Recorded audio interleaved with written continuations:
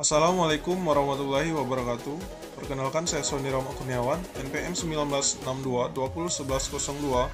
dari program studi akuntansi Universitas Muhammadiyah Bengkulu.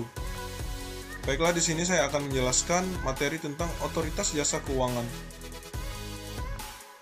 Poin-poinnya adalah yang pertama, sejarah pembentukan otoritas jasa keuangan.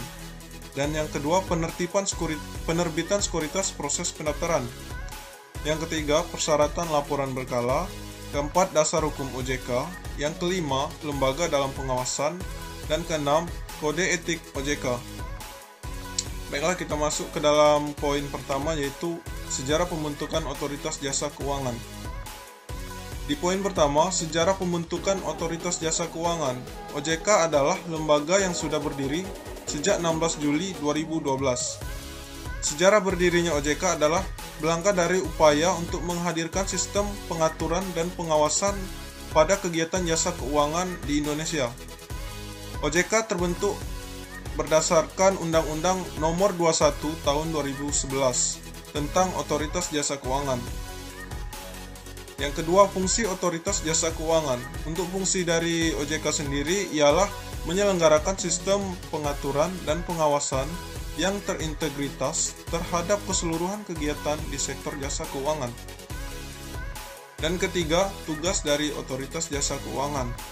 Tugasnya sendiri yaitu melakukan pengaturan dan pengawasan terhadap kegiatan jasa keuangan di sektor perbankan, sektor pasar modal, dan sektor industri keuangan non-bank atau disingkat IKNB.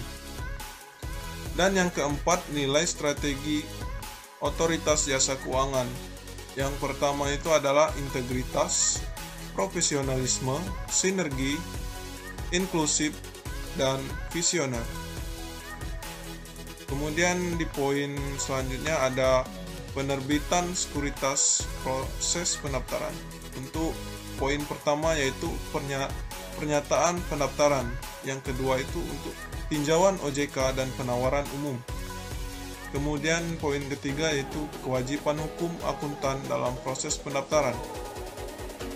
Poin selanjutnya adalah persyaratan laporan berkala. Laporan tahunan perusahaan harus terdiri atas yang pertama, ikhtisar keuangan. Yang kedua, laporan dewan komisaris.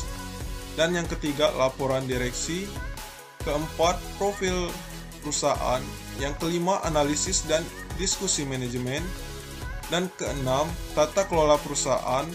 Yang ketujuh, pernyataan pertanggungjawaban pihak direksi atas laporan keuangan. Yang kedelapan, laporan keuangan yang telah diaudit. Dan yang kesembilan, tanda tangan direksi dan dewan komisaris. Poin selanjutnya ialah dasar hukum OJK.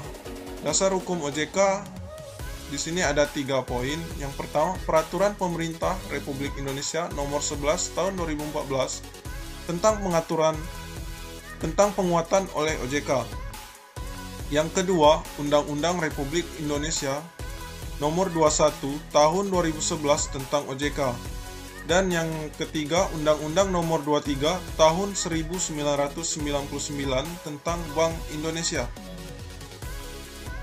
Selanjutnya ada lembaga pengawasan. Di sini juga ada 3 poin. Yang pertama, lembaga jasa keuangan di sektor jasa perbankan. Yang kedua, lembaga jasa keuangan di sektor pasar modal. Yang ketiga, jasa keuangan di sektor perusahaan dan lembaga pensiun, kemudian lembaga pembiayaan dan lembaga jasa keuangan. Kemudian ada kode etik OJK. Dalam kode etik OJK yang pertama ada integritas, yang kedua akuntabilitas, ketiga profesionalisme, keempat sinergi, kelima transparansi, dan ketujuh kesetaraan. Mungkin hanya itu yang bisa dapat saya jelaskan. Kurang lebih saya mohon maaf. Wabillahi taufik wal hidayah. Wassalamualaikum warahmatullahi wabarakatuh.